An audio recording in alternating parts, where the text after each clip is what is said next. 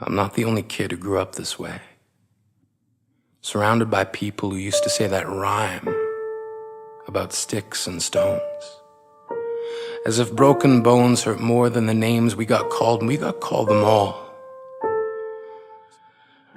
We weren't the only kids who grew up this way. To this day, kids are still being called names. The classics were hey stupid, hey spaz.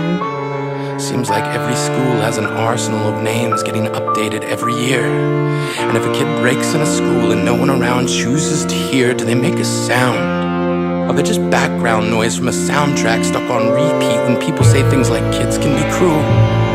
Every school was a big top circus tent, and the pecking order went from acrobats to lion tamers, from clowns to carnies. All of these miles ahead of who we were freaks. Cause maybe you didn't belong to a group or a clique. Maybe they decided to pick you last for basketball or everything. Maybe you used to bring bruises and broken teeth to show and tell but never told. Because how can you hold your ground if everyone around you wants to bury you beneath it? You have to believe that they were wrong. They have to be wrong. Why else would we still be here?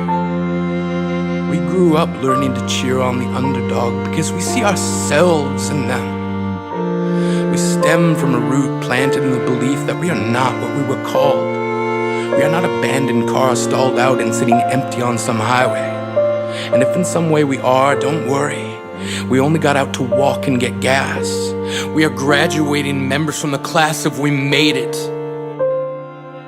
Not the faded echoes of voices crying out names will never hurt me. Of course, they did.